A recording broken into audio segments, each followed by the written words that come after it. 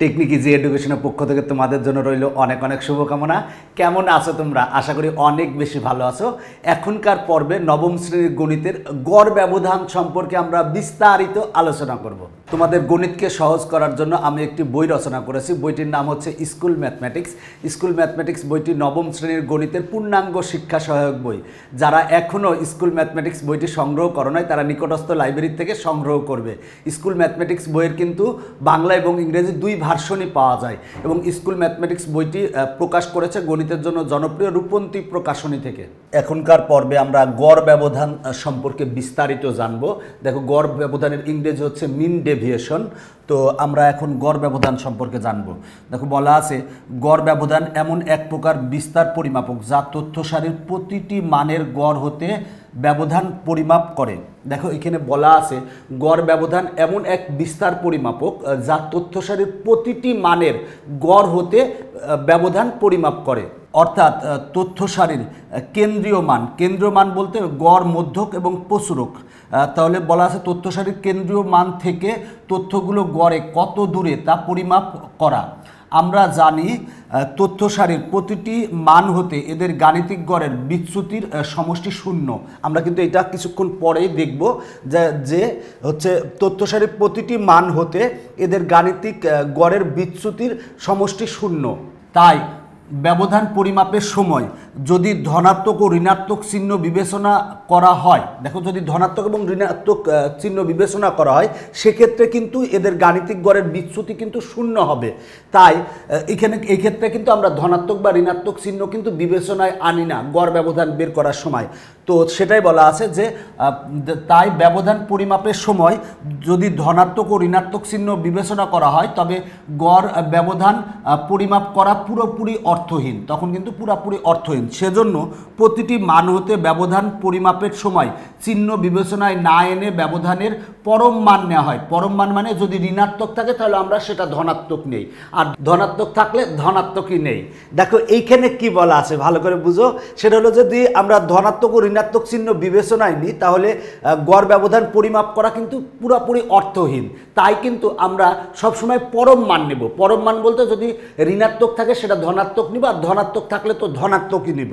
কোনো নিবেশনের গড়, মধ্যমা ও প্রচুরক থেকে, মানে মধ্যমা বলতে মধ্যক, তার মানে গড়, মধ্যক ও প্রচুরক থেকে সংখ্যাগুলোর ব্যবধানের পরম মানের সমষ্টিকে মোট গণসংখ্যা দ্বারা ভাগ করলে যে মান পাওয়া যাবে তাকেই আমরা গড় ব্যবধান বলে থাকি। তার মানে আমরা গড় ব্যবধান কাকে বলবো?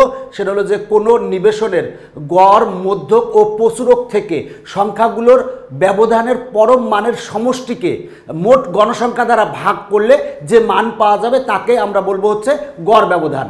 তার মানে আমরা গড় ব্যবধান কাকে বলবো?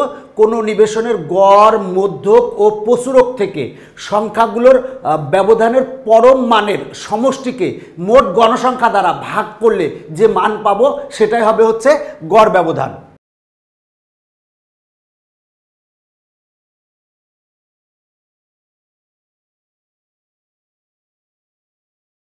চলো হিসাব করে দেখি তথ্য সারির মানগুলোর গাণিতিক গড় হতে বিচ্যুতির সমষ্টি শূন্য হয় কিনা।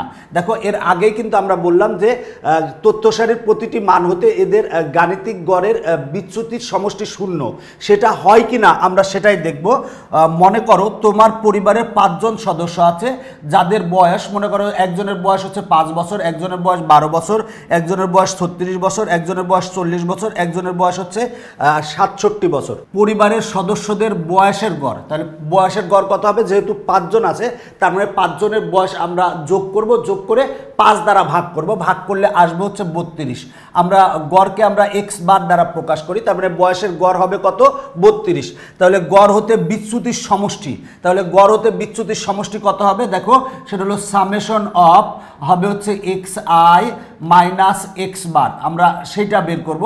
তবে এখানে দেখো এই যে আয়ের মানটা কত হবে? দেখো, আয়ের মানটা 1 থেকে 5 পর্যন্ত হবে, কারণ উপাত্ত আছে হচ্ছে 5টা, তাই আয়ের মানটা হবে কত? এই যে আয়ের মানটা হবে 1 থেকে 5 পর্যন্ত।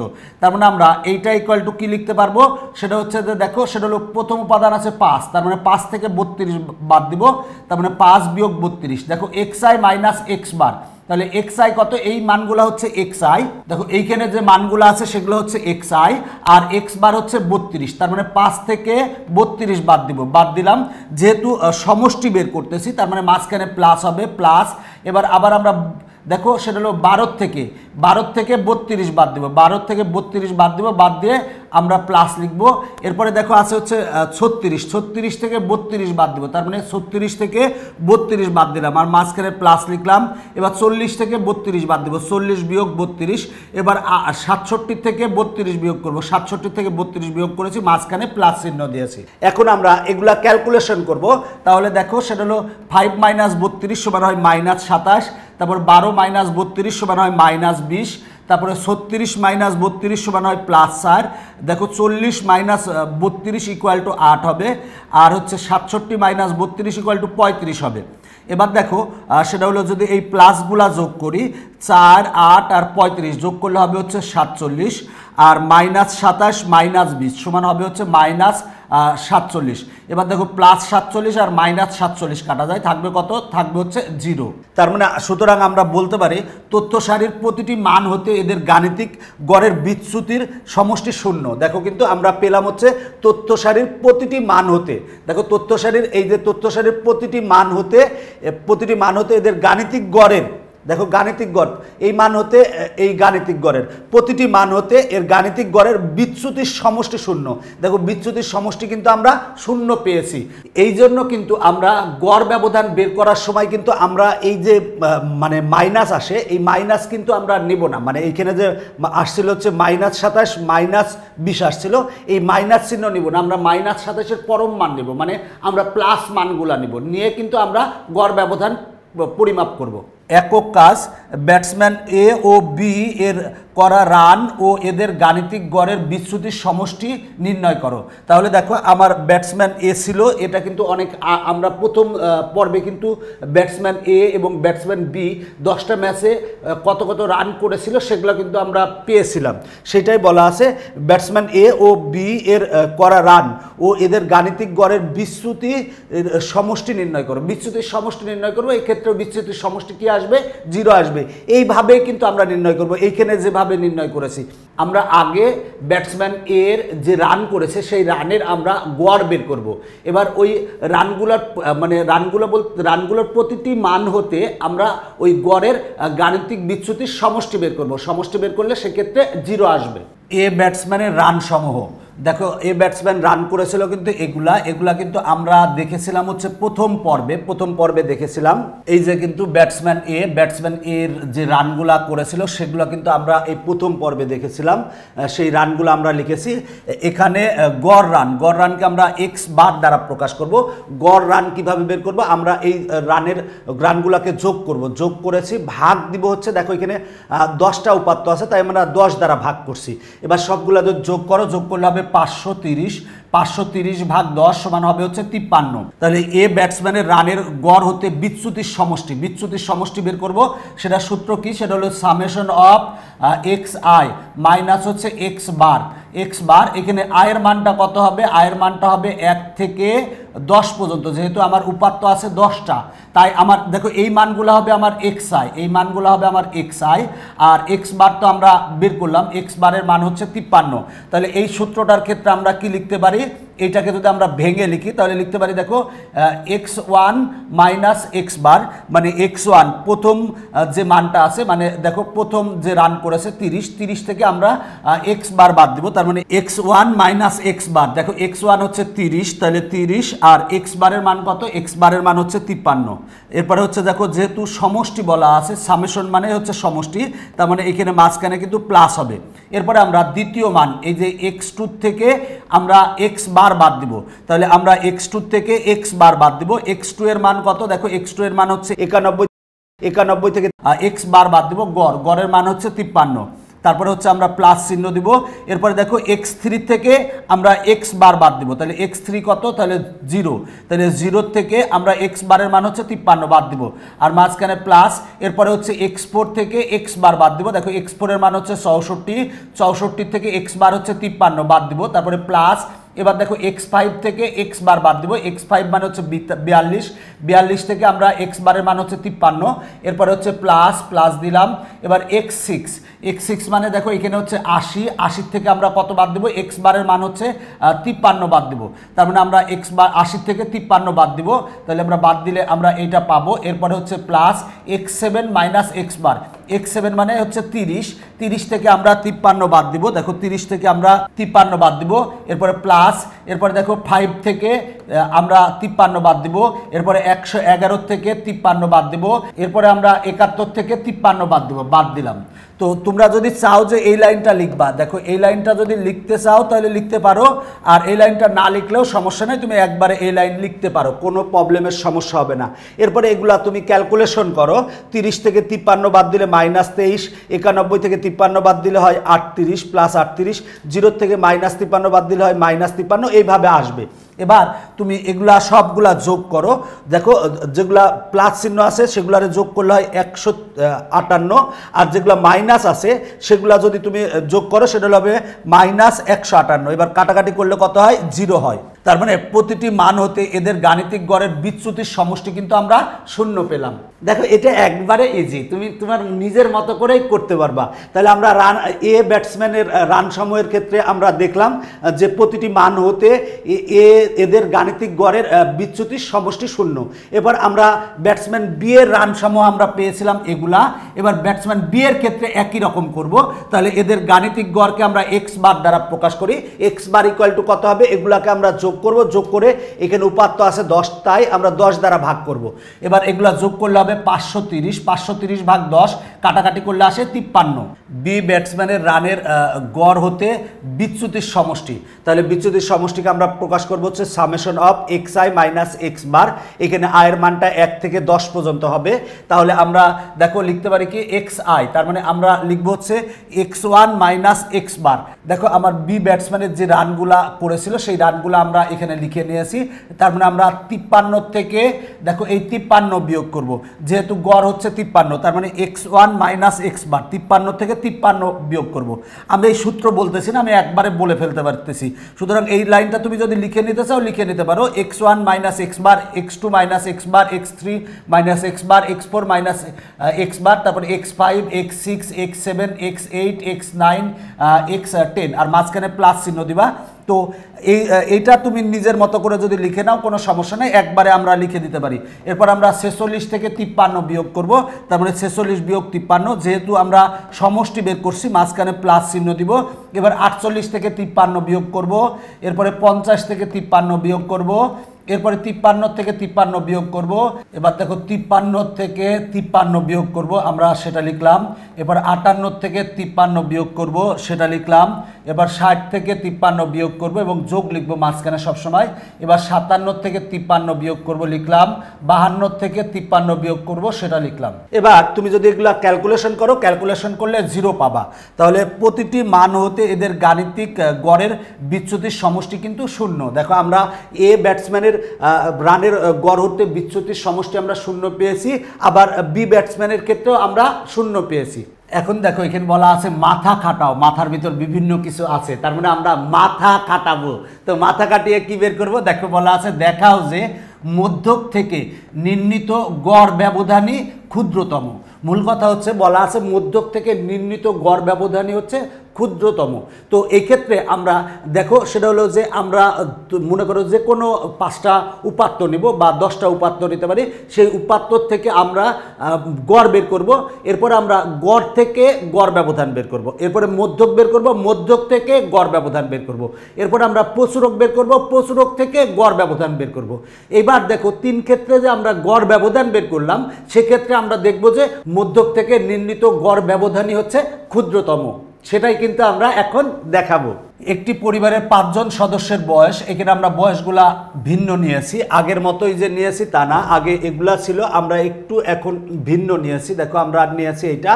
তাহলে উপাত্তগুলোর গড়কে আমরা x বার দ্বারা প্রকাশ করব। গড় কিভাবে বের করব, সবগুলা যোগ করব, যোগ করে যতটা উপাত্ত আছে তত দ্বারা ভাগ করব। যেহেতু এখানে আমার উপাত্ত আছে 5টা, তার মানে 5টা উপাত্ত যোগ করব, যোগ করে 5 দ্বারা ভাগ করব। যদি করি তাহলে আসে হচ্ছে 26.6 আসে। এবার আমরা গড় গড় ব্যবধান বের করব। দেখো গড় ব্যবধান বের করার সূত্র কি, সামেশন অফ, দেখো সেটা হলো যে এক্স আই মাইনাস এক্স বার, এটা হচ্ছে সূত্র। তো এই ক্ষেত্রে কিন্তু আমরা এই পরম মান নেব, এখানে কিন্তু মডুলাস দিব, মডুলাস মানে পরম মান। আর এখানে আয়ের মানটা কত হবে, আয়ের মানটা 1 থেকে 5 পর্যন্ত হবে। তো এইটা আমরা গড় ব্যবধান এইভাবে বের করছি। তোমরা যদি ছক করে তৈরি করো, ছক করে করো, সেক্ষেত্রেও হবে, একই রকম অ্যান্সার আসবে। ছক করে করলেও একই রকম অ্যান্সার আসবে, এইভাবে করলেও একই রকম অ্যান্সার আসবে। যেভাবেই করো কোনো সমস্যা নাই, কোনোটাই ভুল নাই, সবগুলাই ঠিক আছে।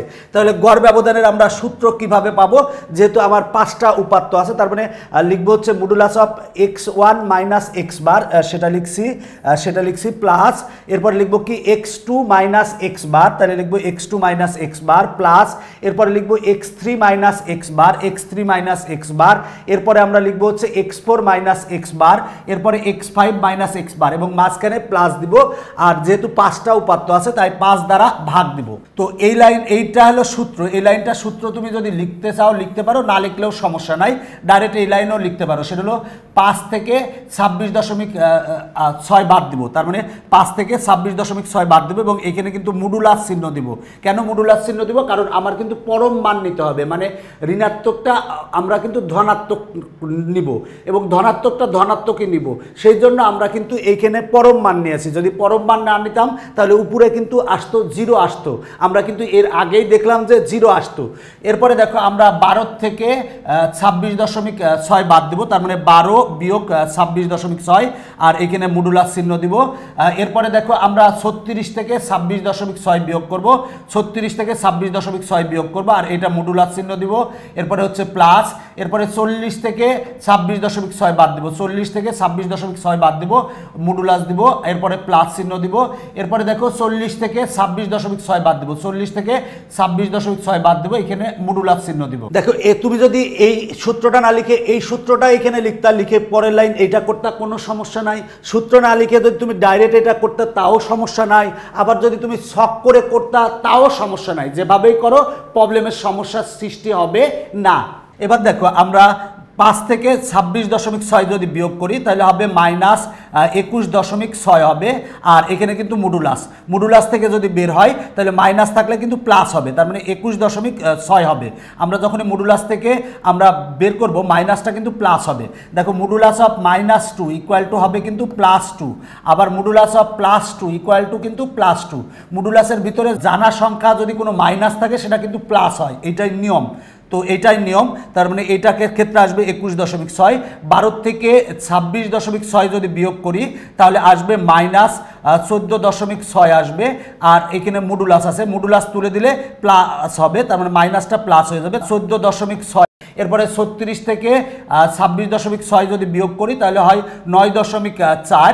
এবার আমরা যদি মডুলাস তুলে দিই তাহলে হবে 9.4। এরপরে দেখো 40 থেকে 26.6 বাদ দিলে হয় 13.4, মডুলাস তুলে দিলে 13.4ই হবে। এবার 40 থেকে 26.6 বাদ দিলে 13.4 হবে, মডুলাস তুলে দিলে প্লাস ছিল প্লাসই হবে। এবার এগুলা যোগ করে 5 দ্বারা ভাগ করলে আসবে হচ্ছে 14.48 আসবে।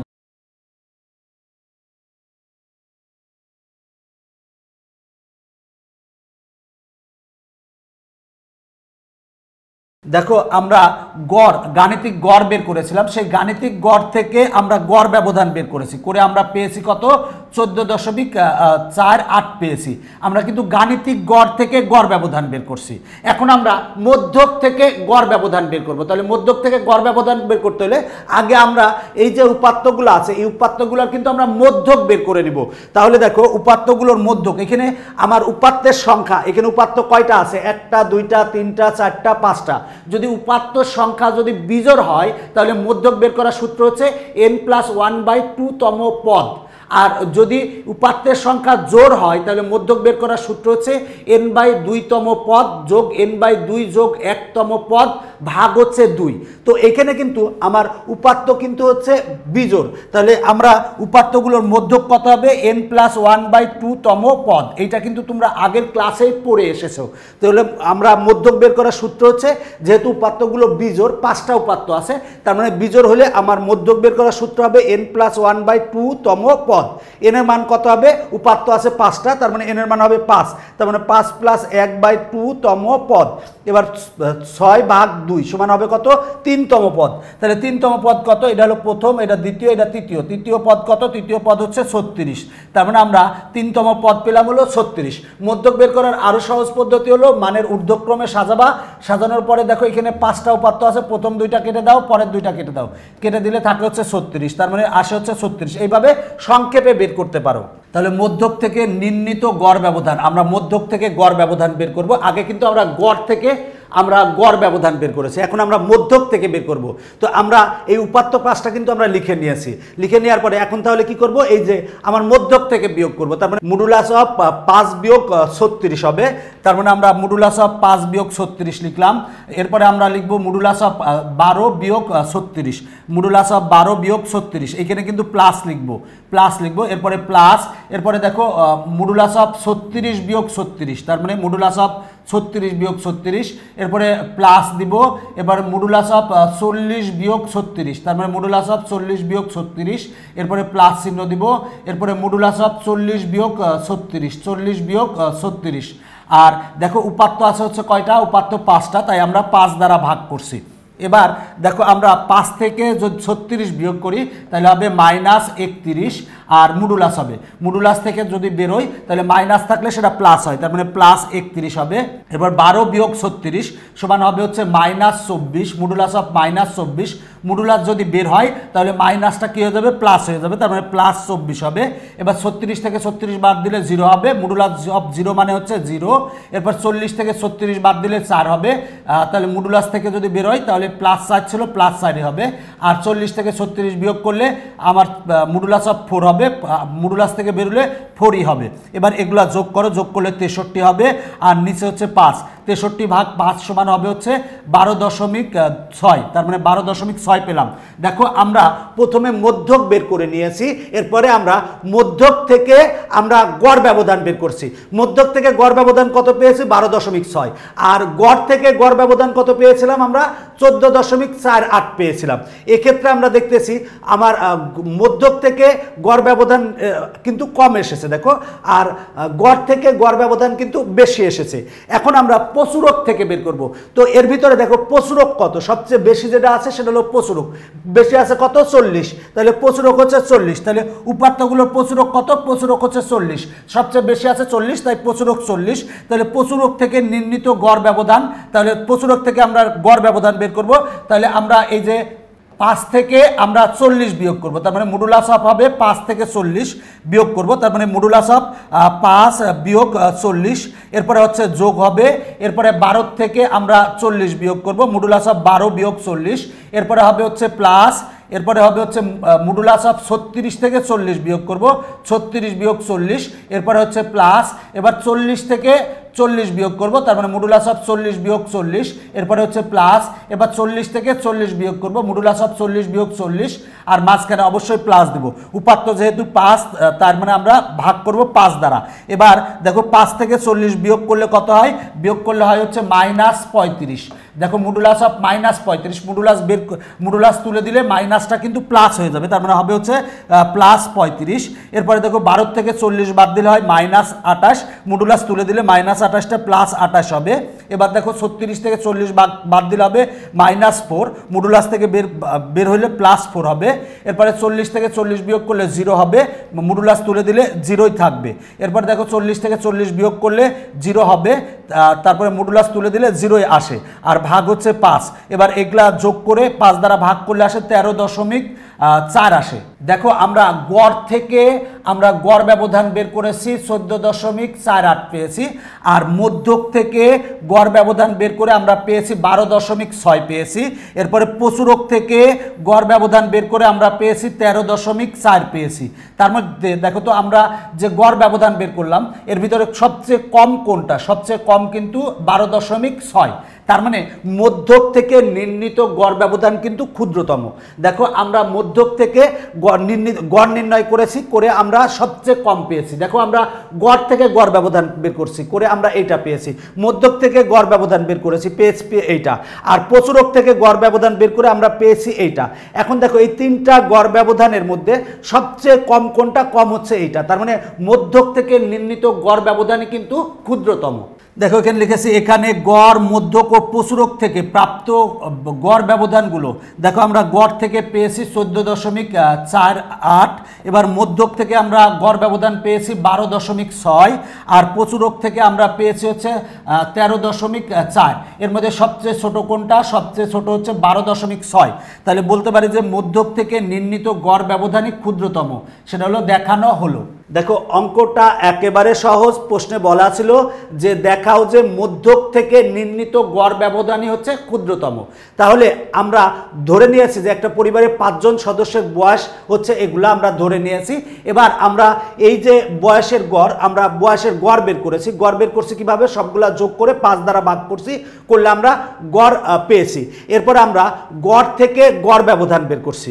একইভাবে আমরা মধ্যক বের করব। দেখো মধ্যক বের করব, আমরা যে উপাত্ত পেয়েছিলাম সেই উপাত্তগুলোর মধ্যক বের করব। তাহলে মধ্যক বের করার পর মধ্যক থেকে গড় ব্যবধান বের করব, বের করে এটা পেয়েছি। এরপর আমরা প্রচুরক থেকে গড় ব্যবধান বের করলাম, বের করে আমরা দেখেছি যে আমার এক্ষেত্রে মধ্যক থেকে নির্ণীত গড় ব্যবধানই হচ্ছে সবচেয়ে ছোট বা ক্ষুদ্রতম। এটাই কিন্তু দেখাতে বলেছিল, দেখানো হলো। আশা করি এইটা বুঝতে পেরেছো। এখন আমরা পরেরটা সমাধান করাবো। দেখো পরেরটায় কি বলা আছে? প্রমাণ করো যে দুটি অসমান উপাত্তের গড় ব্যবধান তাদের পরিসরের অর্ধেক। এখানে দেখো প্রমাণ করতে বলা হয়েছে যে দুটি অসমান উপাত্তের গড় ব্যবধান হচ্ছে তাদের পরিসরের অর্ধেক। তো আমরা এই প্রমাণটা এখন আমরা করব। দেখো আমার প্রমাণ করতে হবে কি? প্রমাণ করতে হবে যে গড় ব্যবধানটা হচ্ছে পরিসরের অর্ধেক। পরিসরের অর্ধেক প্রশ্নে কিন্তু বলে দিয়েছে দুটি অসমান উপাত্তের গড় ব্যবধান তাদের পরিসরের অর্ধেক। তার মানে আমার পরিসরের অর্ধেক হবে, গড় ব্যবধানটা হবে পরিসরের অর্ধেক। এটাই কিন্তু আমার প্রমাণ করতে হবে। তাহলে আমরা দুটি উপাত্ত নিব, সেটা হলো যে ধরে নিই তথ্যমান দুটি, একটা হচ্ছে x1 আর একটা হচ্ছে x2। এখানে বলা আছে অসমান, সমান হলে কিন্তু হবে না। তার মানে x1 হচ্ছে বড় আর x2 হচ্ছে ছোট। আমরা ধরে নিলাম x1 বড় আর x2 হচ্ছে ছোট। তাহলে পরিসর কিভাবে বের করব? আমরা পরিসর বের করার সূত্র জানি হচ্ছে সর্বোচ্চ মান বিয়োগ সর্বনিম্ন মান। তাহলে পরিসরকে r দ্বারা প্রকাশ করি। পরিসর r ইকুয়াল টু হবে কি? দেখো সর্বোচ্চ মান, এই দুইটার মধ্যে বড় মান কোনটা? বড় হচ্ছে x1। তাহলে x1 থেকে আমরা বিয়োগ করব কি? ছোট মানটা। ছোট মান হচ্ছে x2। তার মানে আমরা পরিসর r ইকুয়াল টু পাবো হচ্ছে x1 মাইনাস x2। আর এদের গাণিতিক গড়কে আমরা x বার দ্বারা প্রকাশ করি। গাণিতিক গড় কি হবে? এই দুইটা উপাত্তের গাণিতিক গড় কত হবে? উপাত্ত দুটি যোগ করব, যোগ করে যেহেতু উপাত্ত দুইটি তার মানে 2 দ্বারা ভাগ করব। তার মানে x1 প্লাস x2 ভাগ হবে হচ্ছে 2। দেখো আমরা গড় ব্যবধানের সূত্র কি জানি? সেটা হচ্ছে যে সামেশন অফ মডুলাস অফ হবে হচ্ছে xi মাইনাস x বার। দেখো summation of modulus xi minus x বার ভাগ হবে হচ্ছে n। তো এইখানে আয়ের মানটা কত হবে? আয়ের মানটা কিন্তু হবে 1 থেকে হবে হচ্ছে 2 পর্যন্ত, কারণ উপাত্ত আছে কয়টা? উপাত্ত আছে 2টা। তাহলে দেখো আমরা গড় ব্যবধানের ইংরেজি হচ্ছে মিন ডেভিয়েশন। তো এইটাকে আমরা সংক্ষেপে বলতে পারি MD বলতে পারি। এখন আমরা এই সামেশন তুলে দিলে কি হবে? দেখো এই xi এর কাছে হবে কি? x1, তার মানে x1 মাইনাস x বার, তার মানে modulus of x1 minus x বার। যেহেতু সামেশন তুলে দিয়েছি তার মানে মাঝখানে হবে প্লাস, এরপরেরটা হবে কি? আমার উপাত্ত হচ্ছে x2, তার মানে x2 minus x bar, modulus of হবে x2 মাইনাস x বার। আর দেখো দুইটা উপাত্ত আছে, তার মানে n এর মান কত হবে? n এর মান হবে 2। এইটা হচ্ছে আমার দেখো গড় ব্যবধানের হচ্ছে সূত্র। তো আমার এখানে x1 মাইনাস x বার এইটার মানটা আমার জানা লাগবে, তাই আমরা এখন বের করে নিব x1 মাইনাস x বার। তাহলে আমরা দেখো x1 লিখলাম, আর x বার সমান আমরা কত পেয়েছি? x1 প্লাস x2 ভাগ 2। তাহলে আমরা এই x বার ইকুয়াল টু আমরা লিখে দিলাম। দেখো x1 ছিল x1 লিখলাম, আর এই x বার আমার যেটা পেয়েছি সেটা আমরা বসাই দিলাম। এবার এইটার এটা লসাগু করব। লসাগু হচ্ছে 2 আর x1 গুণ করলে হয় 2x1। আর দেখো 2 আর 2 কাটা আছে হচ্ছে মাইনাস, তার মানে মাইনাসে প্লাসে মাইনাস x1, মাইনাসে প্লাসে মাইনাস হবে হচ্ছে x2। দেখো 2 2x1 মাইনাস x1 সমান হবে হচ্ছে x1। দুইটা x1 থেকে একটা x1 বাদ দিলে হয় x1। দুইটা গরুর থেকে একটা গরু বাদ দিলে কত হবে? একটা গরু। দুইটা গাধার থেকে একটা গাধা বাদ দিলে কত হবে? একটা গাধা। দুইটা x1 থেকে একটা x1 বাদ দিলে কত হবে? x1। আর এই মাইনাস x2 ছিল, মাইনাস x2 লিখছি, আর ভাগ হচ্ছে 2। তাহলে আমরা এইটুক পেয়ে গেছি। এবার এইটুক বের করব, x2 মাইনাস x বার বের করব, x2 মাইনাস x বার। তাহলে x2 ছিল লিখলাম, আর x বার সমান কত? দেখো x1 plus x2 by 2, x1 plus x2 by 2 আমরা সেটা লিখলাম। এবার এটার আমরা লসাগু করব। লসাগু কত? লসাগু হচ্ছে 2 আর x2 গুণ করলে হয় 2x2। এবার দেখো এই আমরা 2 আর 2 কাটা যাবে, কেটে গেলে থাকবে হচ্ছে এইটা। তার মানে আমরা ব্র্যাকেট তুলে দেবো, মাইনাসে প্লাসে মাইনাস x1, মাইনাসে প্লাসে মাইনাস হবে x2। এবার দেখো 2x2 মাইনাস x2, দুইটা x2 থেকে একটা x2 বাদ দিলে হবে একটা x2, আর এই মাইনাস x1 ছিল, আর এই ভাগ 2 আমরা এইটা পেলাম। এখন দেখো আমরা এইটুক সমান যেটা পেয়েছি সেইটা বসাবো। এইটুক সমান x1 মাইনাস x বার, x1 মাইনাস x বার সমান পেয়েছি এইটা, x1 মাইনাস x2 বাই 2 আমরা সেইটা বসাবো। আর মডুলাস ছিল, মডুলাস বসালাম। এবার x2 মাইনাস x বার, দেখো x2 মাইনাস x বার সমান পেয়েছি x2 মাইনাস x1 ভাগ 2, x2 মাইনাস x1 ভাগ 2 আমরা সেটা বসালাম। আর মডুলাস ছিল, মডুলাস লিখছি। দেখো এইখানে কিন্তু আমরা মাইনাস কমন নিতে পারি। মডুলাস ছিল, আমরা যদি মাইনাস কমন নেই তাহলে হবে কত? দেখো মাইনাস কমন নিলে মাইনাসে প্লাস হবে x1, আর হচ্ছে মাইনাসে প্লাসে মাইনাস হবে হচ্ছে x2, এইটা হবে। আর ভাগ ছিল হচ্ছে 2, আমরা 2 লিখলাম। দেখো আমরা কিন্তু এইখানে একটা মাইনাস কমন নিয়ে নিলাম। এখন মডুলাস যদি তুলে দিই তাহলে মাইনাসটা কি হয়ে যাবে? প্লাস হয়ে যাবে, প্লাস হয়ে যাবে। এখন প্লাসের সাথে কিন্তু আমরা আবার মডুলাস নিয়ে আসতে পারি। দেখো এখন মনে করো যে মাইনাস মডুলাস অফ -2, তাহলে আমরা যদি এখানে মডুলাস তুলে দিই তার মানে +2 হবে। আবার +2কে কি লিখতে পারি? আমরা মডুলাস অফ 2 লিখতে পারি, মডুলাস অফ 2 লিখতে পারি। তার মানে আমরা মাইনাসটা তুলে মানে মডুলাস তুলে দিলে কি হবে? মাইনাসটা প্লাস হবে। তার মানে x1 মাইনাস x2 ভাগ হচ্ছে 2।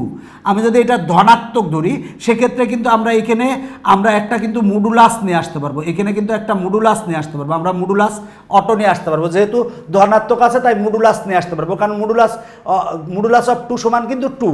সুতরাং আমরা কিন্তু এইটাকে কিন্তু এইটা লিখতে পারবো। তাহলে দেখো এইটা আর এইটা এক হয়ে গেছে। তাহলে এইটা আর এইটা যদি যোগ করি, যোগ করলে কয়টা পাবো? দেখো দুইটা কিন্তু একই জিনিস। তাহলে এই একটা তাহলে কয়টা? দুইটা এইটা হবে। তার মানে একটা গরু সমান কয়টা গরু? দুইটা গরু। একটা গাধা সমান কয়টা গাধা? দুইটা গাধা। একটা এইটা যোগ একটা এইটা, তাহলে কয়টা এইটা হবে? তার মানে দুইটা এইটা হবে। আমরা সেটাই লিখলাম। এবার দেখো এইটু আর এইটু কাটা গেল। এবার যদি মডুলাস তুলে দাও তার মানে হবে কত? দেখো সেটা হলো x1 মাইনাস x2 ভাগ 2। মডুলাস তুলে দিলে এটা যদি ধনাত্মক ধরি, এটা যদি ধনাত্মক ধরি তার মানে আমার মডুলাস তুলে দিলে যেটা ছিল সেটাই থাকবে। তার মানে মডুলাস তুলে দিলে থাকবে হচ্ছে x1 মাইনাস x2 বাই 2। তাহলে দেখো x1 মাইনাস x2 মানে হচ্ছে পরিসর। দেখো এই যে পরিসর আর equal to x1 minus x2, তার মানে r বাই 2 পেলাম। তার মানে আমরা পরিসরের অর্ধেক পেলাম। তার মানে আমরা গড় ব্যবধান পাচ্ছি কি? আমরা পরিসরের অর্ধেক পেয়েছি। তাহলে বলতে পারি সুতরাং দুটি অসমান উপাত্তের গড় ব্যবধান পরিসরের অর্ধেক। এটাই কিন্তু আমার দেখাতে বলেছিল, দেখানো হলো। দেখো দুটি অসমান উপাত্তের গড় ব্যবধান পরিসরের অর্ধেক, একেবারে সহজ। তুমি নিজে একবার বুঝো তাহলেই দেখবে তোমার কাছে সহজ মনে হচ্ছে। নবম শ্রেণীর গণিতের জন্য আমি একটি বই রচনা করেছি। বইটির নাম হচ্ছে স্কুল ম্যাথমেটিক্স। বইটি প্রকাশ করেছে গণিতের জন্য জনপ্রিয় রূপন্তী প্রকাশনী থেকে। যারা এখনো স্কুল ম্যাথমেটিক্স বইটি সংগ্রহ করো নাই তারা নিকটস্থ লাইব্রেরি থেকে সংগ্রহ করবে। এখনকার পর্বে আমরা এই পর্যন্ত রাখতেছি। দেখো এখনকার পর্বে আমরা কি কি শিখেছি। দেখো আমরা গড় ব্যবধান কাকে বলে সেগুলা কিন্তু আমরা জেনেছি। গড় ব্যবধান কাকে বলে বা আমরা এখানে যে বিস্তারিত তথ্য ছিল সেটা আমরা জেনেছি। এরপরে গড় হতে বিচ্যুতির সমষ্টি কিন্তু 0, সেটাই কিন্তু আমরা বের করে দেখিয়েছি। তারপরে এখানে একক কাজ হিসাবে ছিল এখানে একটা অঙ্ক, সেটা আমরা সমাধান করেছি। তারপরে এখানে কিন্তু দেখাতে বলেছিল যে মধ্যক থেকে নির্ণীত গড় ব্যবধানই ক্ষুদ্রতম, সেটা কিন্তু আমরা দেখিয়েছি। তারপর প্রমাণ করতে বলা ছিল যে গড় ব্যবধান তাদের পরিসরের অর্ধেক, সেটাও কিন্তু আমরা প্রমাণ করে দেখিয়েছি। তো এখনকার পর্ব শেষ করছি। পরবর্তী পর্ব দেখার আমন্ত্রণ জানিয়ে বাই বাই।